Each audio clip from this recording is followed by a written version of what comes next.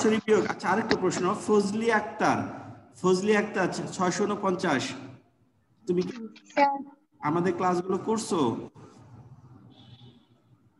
Sir বলো তো। সবগুলো তো করি নাই। করো নাই? সবগুলো তো করি নাই। আচ্ছা সবগুলো করো নাই, আচ্ছা ঠিক আছে। তুমি কি এটা বলতে পারবা যে 0 থেকে 1 বিয়োগ করলে কি হয়? থেকে 1 বিয়োগ করলে স্যার 1 হয়। 1 হয় না? তুমি তো এটা এমনি আন্দাজে ঢেল মারলা, আল্লাহ ভরসা, হইলে হইছে, না হইলে নাই, হয় নাই তো ওইটা। আচ্ছা রাকিব, রাকিব রাকিব হাসান স্যার বলো 0 থেকে 1 বিয়োগ করলে কি হয়? স্যার হাতে 1 1। 0 থেকে 1 বিয়োগ করলে হয় 1 1। গুড। 1। হ্যাঁ হ্যাঁ। আতিকা তুমি বলতে পারবা কিভাবে 1 1 হয়? স্যার হাতে ক্যারি বিট 1 থাকে।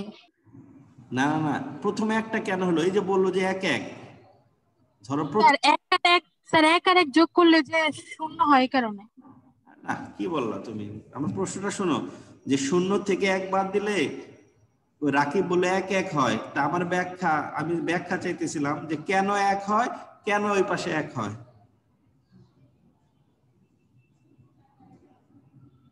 তুমি স্যার 0 থেকে 1 বিয়োগ করলে স্যার 1 হয়, আর স্যার হাতে 1 থাকে।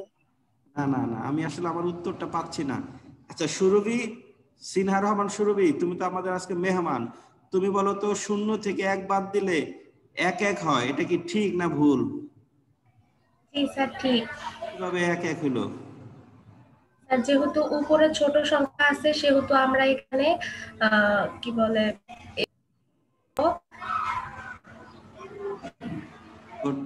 আচ্ছা প্রীতম, প্রীতম প্রীতম সাহা,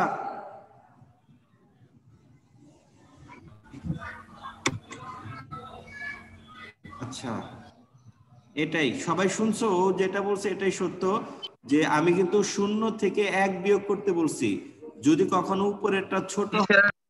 হ্যাঁ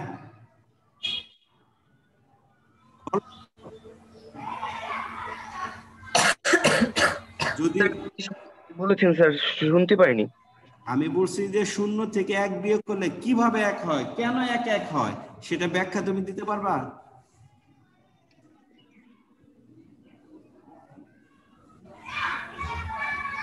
স্যার আমাদের তো 4টা সূত্র অনুযায়ী কাজ করা যায়। কি সূত্র? কি সূত্র? স্যার 0 থেকে 0 বিয়োগ করলে 1, ওই জোরগুলো। এই কই 0 থেকে 0 বিয়োগ করলে 1? কি বললো তুমি? 0 থেকে 0 বিয়োগ করলে 0 হয়। হ্যাঁ তারপর 0 থেকে 1 বিয়োগ করলে 1 1 হয়। এটার ব্যাখ্যা কি আমি কখনো দেইনি, কেন 1 1 হয়? স্যার আমি একটু বলতে পারি স্যার? বলো। স্যার যে সময় যে বিয়োগের সময় স্যার 0 থাকে, ওই সময় আমরা ওর সাথে 1 ধরে নিই, তার মানে হবে 1 0। এবার তারপরে নিচে যেহেতু 1 বিয়োগ করতে হবে, দেন 0 থেকে 1 বিয়োগ করলে ওই জায়গাতে 1 থাকবে, আর যে হাতের উপরে যে আমরা 1 ধরে নিছি ওই 1 যাতে বসে পড়বে, দেন 1 বসলো আর ওই যায় 1 ক্যারি বিট। ওকে তুমি এভাবে মনে রাখছো না? ওকে চলবে, তুমি যেটা ওইটাই রাখো, নতুন কিছু শুনতে যাও না। রাবেয়া আছো? রাবেয়া, আসসালামু আলাইকুম স্যার। আসি। হ্যাঁ তুমি কি এর আগে আমাকে বলছো 0 থেকে 1 বিয়োগ করলে 1 1 কিভাবে হয়? না স্যার আমি বলি নাই তো স্যার। পারবা? জি স্যার। স্যার আমরা দশমিকে যেমন স্যার সংখ্যা পদ্ধতিতে স্যার বড় সংখ্যা থেকে ছোট সংখ্যা স্যার বিয়োগ করি, পূর্ববর্তী অঙ্ক স্যার 10 ধরে নিই স্যার, তেমনই স্যার এটা বিয়োগের বেলা উল্টাটা হবে স্যার। স্যার বাইনারি থেকে স্যার ছোট থেকে বড় সংখ্যা ধরতে হবে স্যার এটা।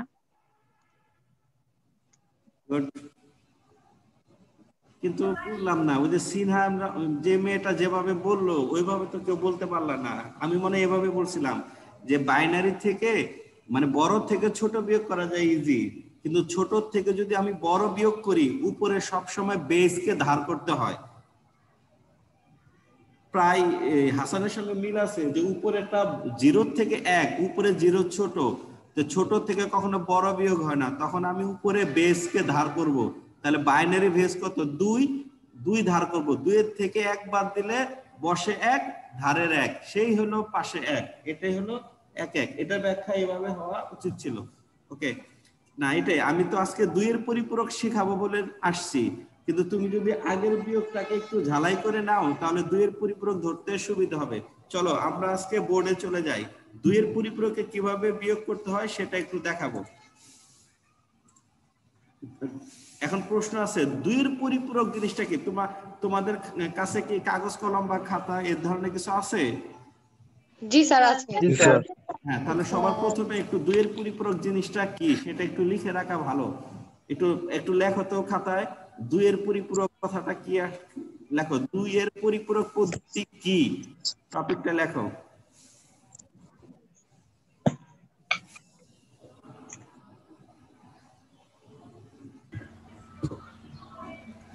স্যার বলেন।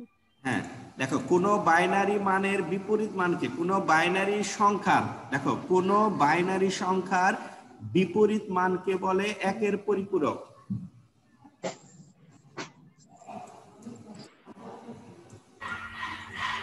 কোন বাইনারি মানের বা বাইনারি সংখ্যার, কোন বাইনারি সংখ্যার বিপরীত মানকে বলে 1 এর পরিপূরক।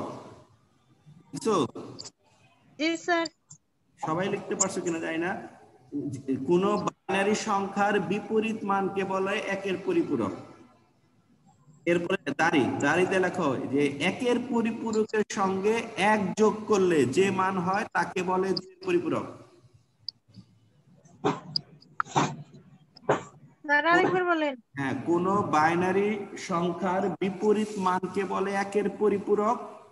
এরপরে বলছি 1 এর পরিপূরকের সঙ্গে 1 যোগ করলে যে মান হয় তাকে বলে 2 এর পরিপূরক।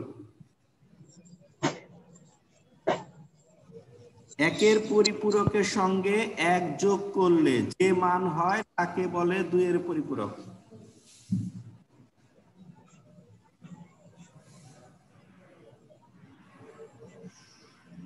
লেখা কি শেষ হয়েছে?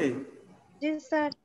আচ্ছা, এখন উদাহরণটা ব্যাখ্যা দেই। মনে করো আমি আমার স্ক্রিনে 1010, আমি এখানে একটা বাইনারি সংখ্যা লিখছি ইচ্ছা মতো একটা বাইনারি সংখ্যা লিখছি।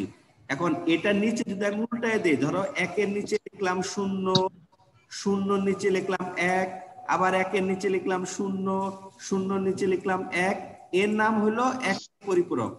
তাহলে তোমরা কি 1 এর পরিপূরককে চিনলা? Yes sir.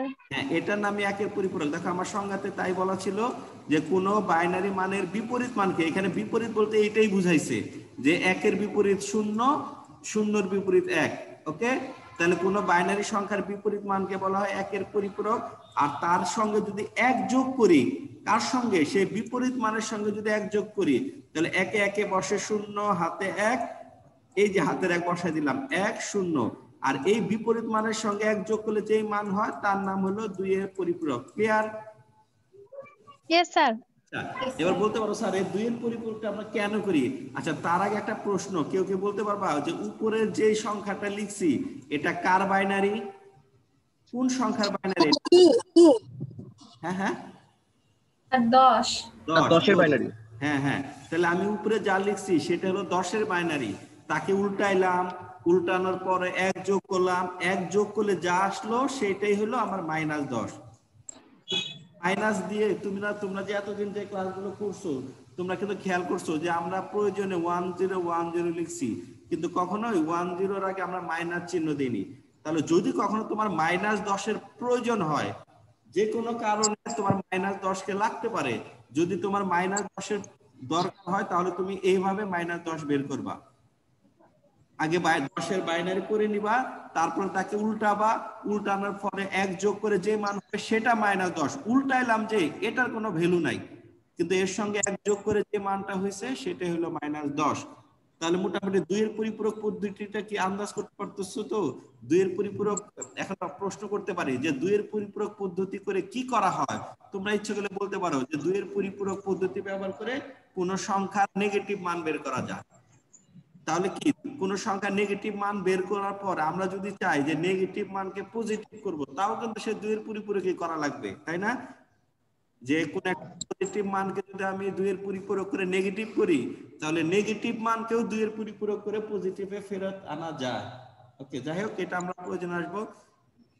তাহলে খাতায় যারা লিখতেছো তারা এই উদাহরণটা দিয়ে দাও নিচে। 10 এর বাইনারি 1010 লিখো, তাকে জাস্ট নিচে নিচে উল্টায় দাও, তার সঙ্গে 1 যোগ করো, যোগ করে এইভাবে ঠিক আমার মতো দেখাই দাও। এটা হলো -10 এর বাইনারি। আমরা কখনো বাইনারি সংখ্যার মাইনাস নিয়ে কথা বলিনি, আজকে বললাম।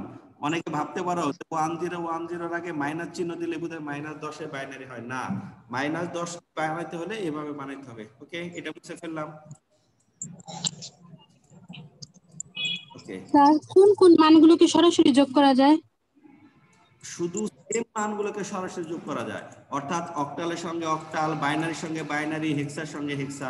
যদি ভিন্ন আইটেম দেওয়া থাকে সেগুলোকে একরকম বানায় নিতে হবে। যে কোনো ভাবে ইচ্ছা বানাইতে পারো তুমি। ভিন্ন মান দশমিকে বানিয়ে নিতে পারো, ভিন্ন মানকে অক্টাল বানাইতে পারো, একই রকম বানাবা তারপরে যোগ করবা। এখানে কোনো বাধ্যবাধকতা নাই। যে প্রশ্ন করছো যে কোনো মানকে সরাসরি যোগ করা যায়, মানে একই পদ্ধতিতে যোগ করা যায়। ভিন্ন পদ্ধতি দেওয়া থাকলে যে কোনো একরকম বানাই নিবা। ধরো একটা হেক্সা আছে আর একটা অক্টাল আছে, তুমি করবা কি, অক্টালেটাকে শুধু হেক্সা বানাও আর হেক্সাটা আছে তাই রাখো, সরাসরি 2 হেক্সা যোগ করে দাও। এখন আমাকে এই যে 612 মিম আক্তার, তুমি আসো? জি স্যার। হ্যাঁ, এবার তোমাকে আমি একটা উদাহরণ দেই। তোমাকে যদি প্রশ্ন করা হয় যে হেক্সাডেসিমাল পদ্ধতিতে এফ এর মান কত, তুমি কি বলবা?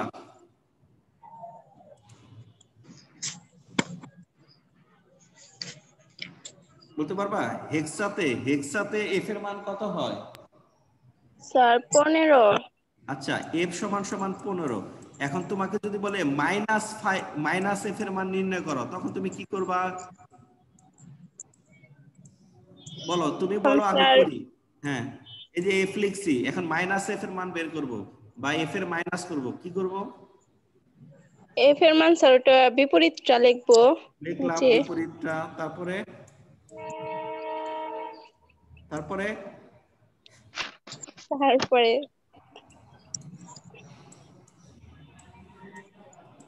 তার সঙ্গে 1 যোগ করব। এটা বলতে এতক্ষণ লাগতেছে কেন? এই যে করার পরে 1 যোগ করব, তাহলে এটা হয়ে যাবে মাইনাস এফ। জি স্যার।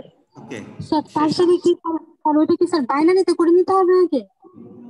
না, 2 এর পরিপূরক হলো অল টাইম বাইনারিতে। পরিপূরক বিয়োগটাই হয় বাইনারিতে, অন্য কোনো পদ্ধতিতে হয় না। ঠিক আছে, এটা আমার আসলে বলা উচিত ছিল আগে। 2 এর পরিপূরক বলতে বাইনারি। এখন যদি তোমাকে একটা হেক্সা মানের সঙ্গে একটা অক্টাল মান 2 এর পরিপূরক করতে বলতে পারে, তুমি তখন করবা কি, হেক্সাকেও বাইনারি করবা তার পদ্ধতিতে, অক্টালকেও বাইনারি করবা পদ্ধতিতে। বাইনারি করার পর তখন তুমি 2 এর পরিপূরক করবা। আচ্ছা, এখন আমরা আবার খাতায় চলে আসি। যারা 2 এর পরিপূরকের সংজ্ঞা লিখছো, উদাহরণ লিখছো, তাদের জন্য আরেকটা লেখো যে 2 এর পরিপূরকের গুরুত্ব এটা লাগে। এটা প্রত্যেক পরীক্ষাতে 2 মার্কের জন্য চায় যে আমরা 2 এর পরিপূরক কেন ব্যবহার করি। লেখো 2 এর পরিপূরকের গুরুত্ব, লিখে আন্ডারলাইন করো।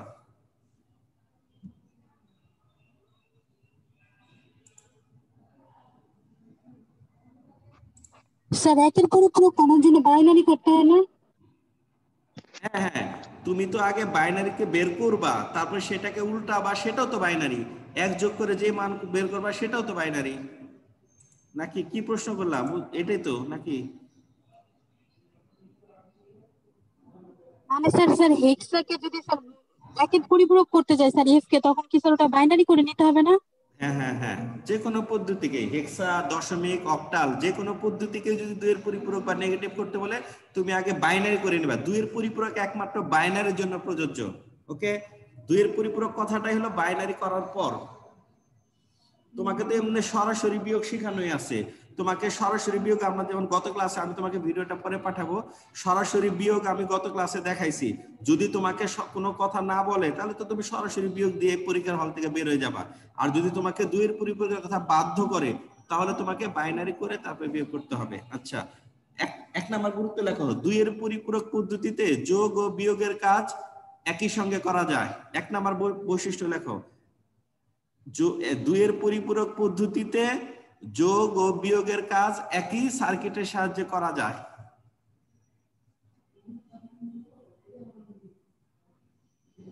দুইয়ের পরিপূরক পদ্ধতিতে যোগ ও বিয়োগের কাজ একই সার্কিটে করা যায়। আপাতত এটা লেখো, আমি পরে ব্যাখ্যা দিতেছি। একই সার্কিট লিখতে পারবা না? খাদিজা আক্তার রানিয়া আসো? জি স্যার। লিখতেছো? কি লেখলা এটা? স্যার দুইয়ের পরিপূরক পদ্ধতিতে যোগ ও বিয়োগের কাজ একই সার্কিটে করা হয়। একই সার্কিটের সাহায্যে করা যায়, হ্যাঁ। তারপরে 2 নাম্বার একটা পয়েন্ট লিখো, এজন্যই একে যোগের মাধ্যমেও বিয়োগ বলা হয়। এজন্য একে,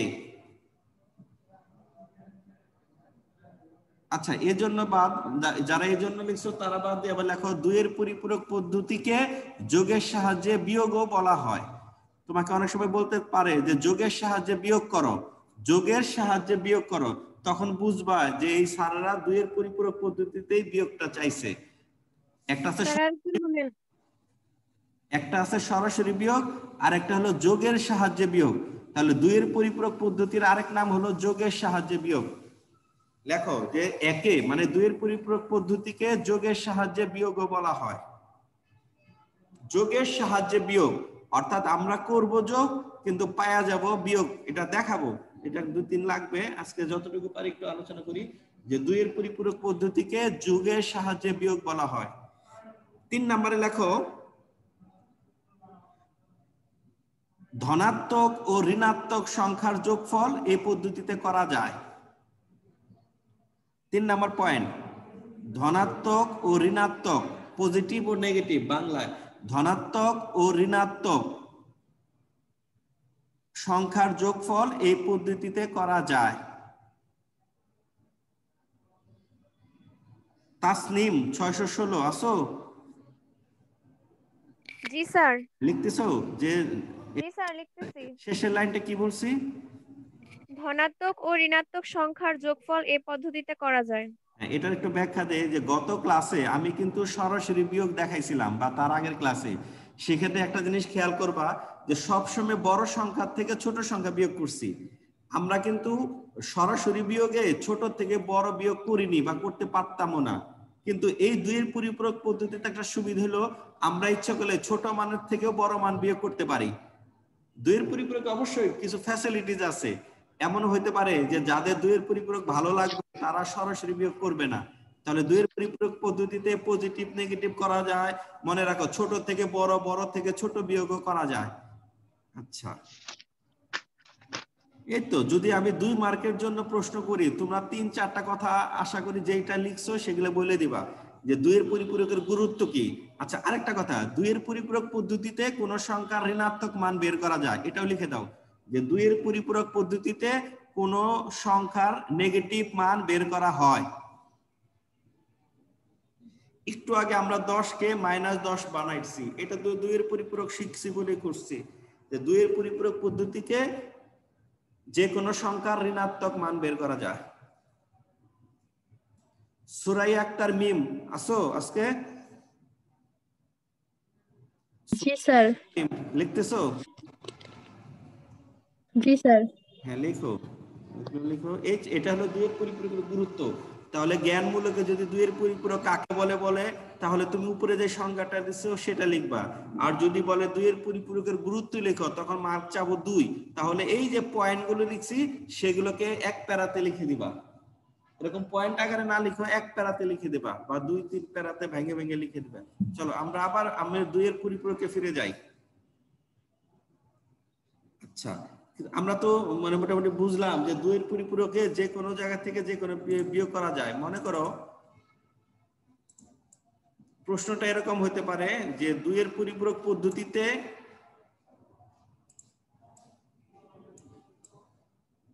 বিশ থেকে, প্রশ্নটা একটু এভাবে লিখি যে 20 থেকে সাপোজ 18 বিয়োগ। তোমাকে প্রশ্নটা করে দিল যে যোগের সাহায্যে 20 থেকে বিয়োগ, যোগের সাহায্যে 20 থেকে 18 বিয়োগ করো। অথবা বলতে পারে 2 এর পরিপূরক পদ্ধতিতে 20 থেকে 18 বিয়োগ করো, অথবা বলতে পারে একটি মাত্র সার্কিটের সাহায্যে 20 থেকে 18 বিয়োগ করো, অথবা বলতে পারে একটি সরল সার্কিটের সাহায্যে 20 থেকে 18 বিয়োগ করো। যেভাবে চাক না কেন তুমি বুঝবা আজকে যেটা শিখবো সেই পদ্ধতি চাইছে। আরেকটা কথা বলতে ভুলে গেছিলাম, মানে একটু বলে রাখি যে আমরা যখন এর আগে যোগ করছি, খেয়াল করো, আমি একটু বোর্ডের দিকে তাকাও, যখন আমরা যোগ করছি তখন আমরা শিখছিলাম 1 আর 1 যোগ করলে হয় বসে 0 হাতে 1। এই আমরা আবার শিখছি 1 থেকে 1 বিয়োগ করলে হয় 0। খেয়াল করছো, এই দুইটা কাজ করার জন্য দুইটা আলাদা আলাদা সার্কিট কম্পিউটারের ভিতরে ছিল। প্রথমটার নাম হচ্ছিল অ্যাডার, ADDER। কম্পিউটারের ভিতরে এমন একটা যন্ত্র আছে, এই অ্যাডার নামক যন্ত্র আছে বলে আমরা যোগের কাজ করতে পারি। আবার কম্পিউটারের ভিতরে সাবট্রাক্টর নামক একটা যন্ত্র আছে, সাবট্রাক্টর, SUB, হ্যাঁ, সাবট্রাক্টর, TRUCT, যাই হোক সাবট্রাক্টর। এই সার্কিটটা আছে বলে আমরা বিয়োগের কাজও করতে পারি। তাহলে যোগ আর বিয়োগ করার জন্য আগে আলাদা আলাদা দুইটা সার্কিট ব্যবহার করতো, কিন্তু যখন 2 এর পরিপূরক আসলো তখন এই দুইটা সার্কিট উঠে গেছে, একটা নতুন সার্কিট আসছে, সেটার নাম হলো 2 এর পরিপূরকের সার্কিট। সেটার সাহায্যে একসাথে যোগও করা যায়, বিয়োগও করা যায়। তাহলে তো দুইটা ভিন্ন সার্কিটের প্রয়োজন হলো না। এজন্য বইতে কোন একটা কথা লেখা থাকে যে একটি মাত্র সার্কিট ব্যবহার করে যোগ ও বিয়োগের কাজ করা হয়, এজন্য একে সরল সার্কিট বলে। আচ্ছা, 20 থেকে 18 বিয়োগ করব, আমরা আগে সরাসরি বিয়োগটা করে দেখি কত হয়। 20 এর বাইনারি আমরা একটু লিখি, 16 4 20, আর এখান থেকে 18 বিয়োগ করব, 16 আর 2 18, এটাও 0, এটাও 0, এটাও 0। আমরা এখন সরাসরি বিয়োগ করতেছি, 2 এর পরিপূরক একটু পরে করি, দেখি একই রকম রেজাল্ট হয় কিনা। আচ্ছা, ছেলেদের মধ্যে এখন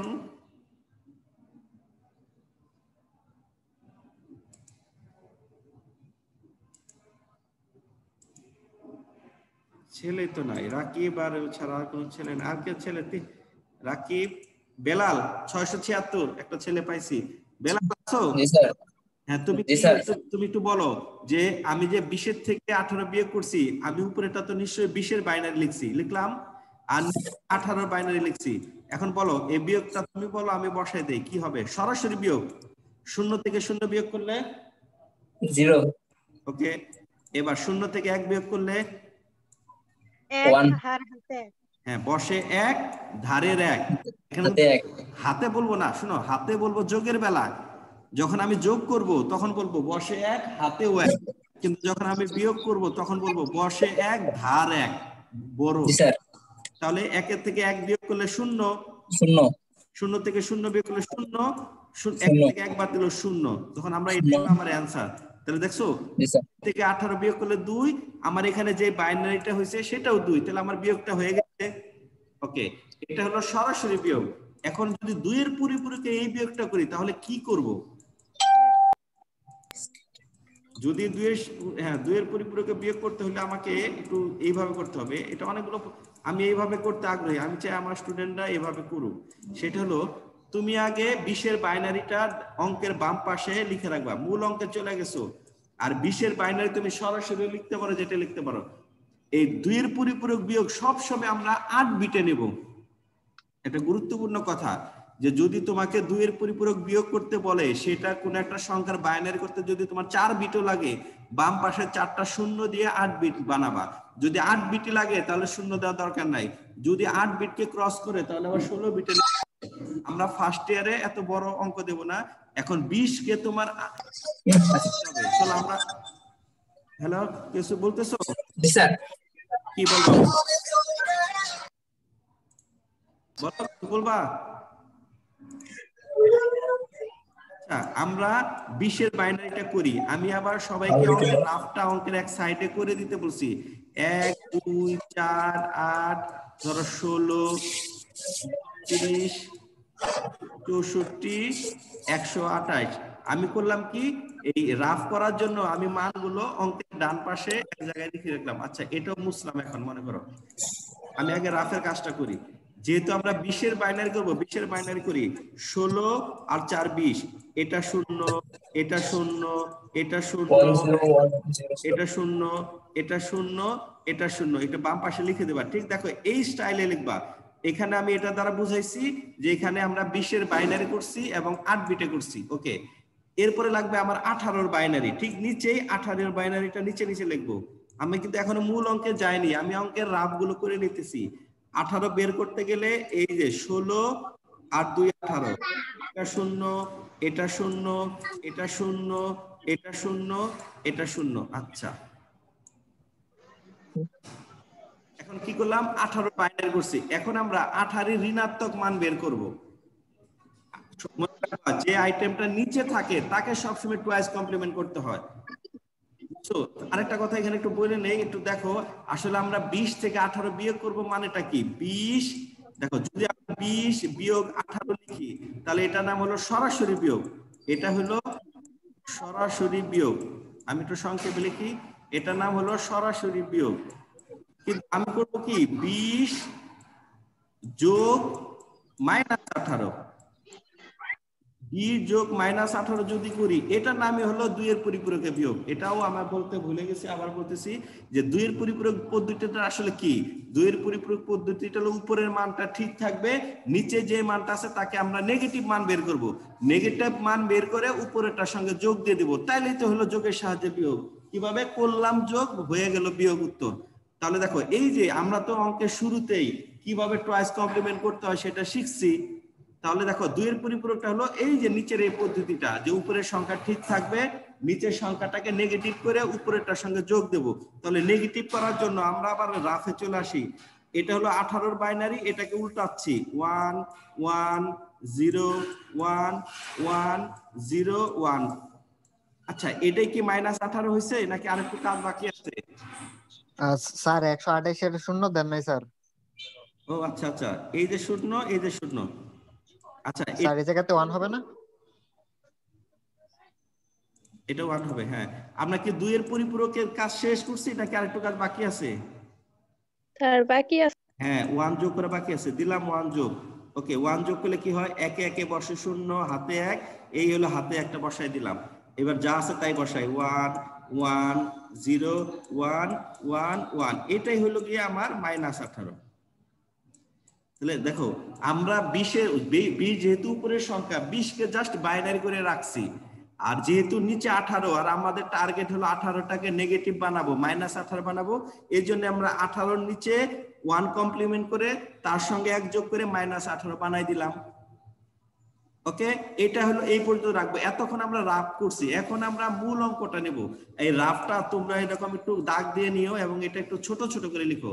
আমি না এটা মুছে দেব, কেউ আমাকে একটু বইলো 20 এর মান আর -18 মান আছে না কারো কাছে লেখা? Yes sir. হ্যাঁ, আমাকে একটু বললো, আমি এটা মুছে দিই, আমার জায়গা হচ্ছে। ঠিক তোমরা অঙ্কের, এটা তো অঙ্কের ডান পাশে করবা, অঙ্কের বাম পাশে তোমার যে জায়গাটা থাকবে সেখানে তোমরা আবার নতুন করে ফ্রেশ করে 18 আর -20 কে লিখবা। চলো আমি একটু মুছি, আমাকে একটু বইলো। ধরো এটা হলো অঙ্কের ডান পাশে একটা খাড়া দাগ দিয়ে ডান পাশে রাফ, এটাকে রাফ হিসেবে ধরলাম। এখন আমরা মূল অঙ্কে চলে যাই। প্রথমে লিখবো 20। হ্যাঁ 20 এর বাইনারিটা বলো, 8 বিটে বলো। 0 আর 2 মিনিট। শূন্য স্যার। হ্যাঁ 3টা শূন্য, এরপরে 1 0 1 0 1 0 0 1 0 0। এই হলো 20।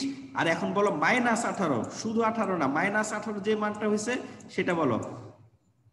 স্যার 3টা 1 3টা 1 0 0 2টা 1। হ্যাঁ স্যার 2টা 1 2টা 1 2টা শূন্য 0 1 আবার 0 1। ওকে, এখন আমরা যোগ করব, যোগ। আচ্ছা, তোমাদের কাছে তো ক্যালকুলেটর থাকবে, তুমি এবার করবে কি? 20 যোগ -18। ক্যালকুলেটরে দেখো এখানে কিন্তু 2 আসবে।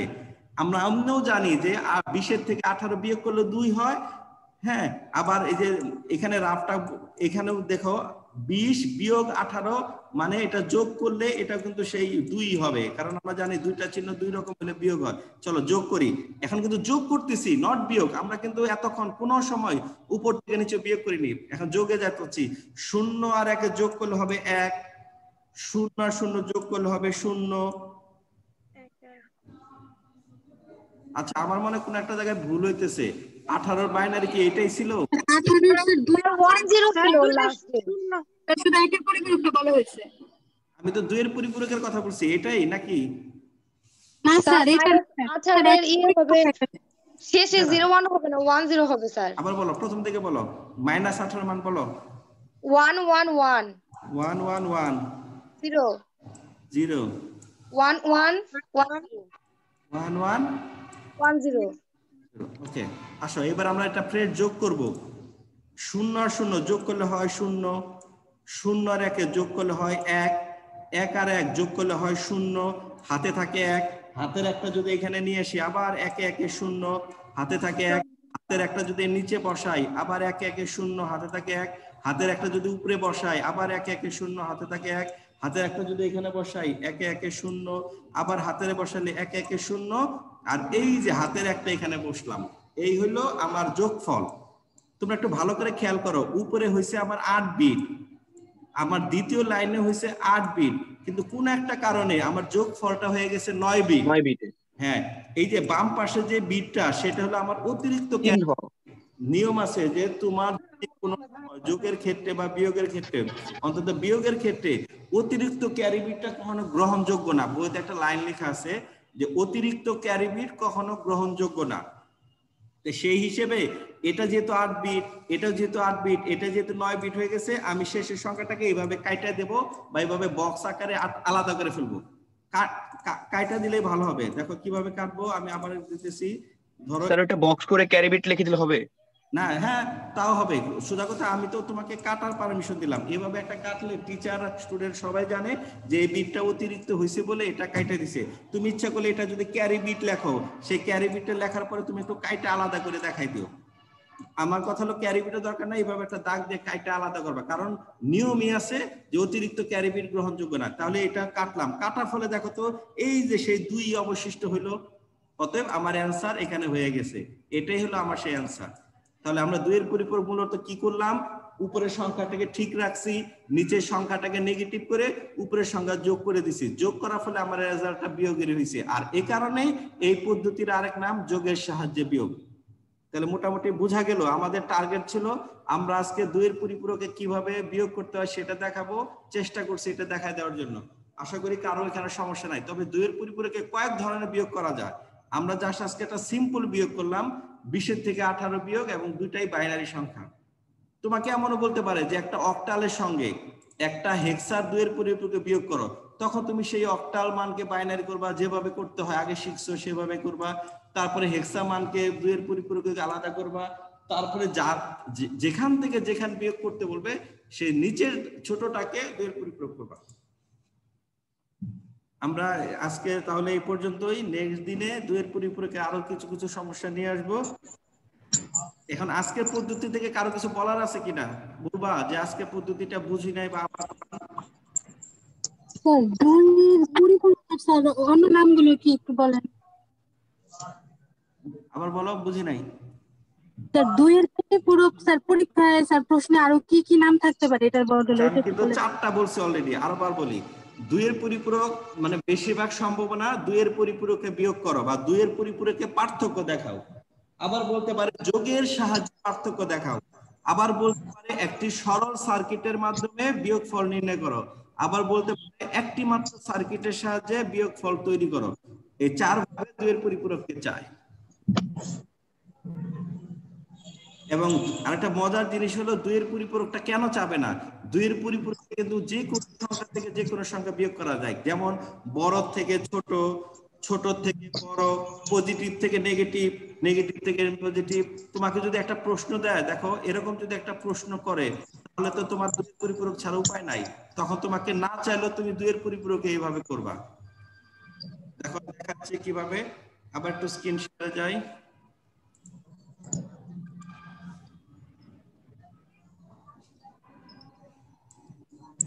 ধরো তোমাকে বললো -23 থেকে -50 বিয়োগ করো, তাহলে একটা নেগেটিভ মানের থেকে একটা পজিটিভ মান বা নেগেটিভ মান বিয়োগ করতে বলছে।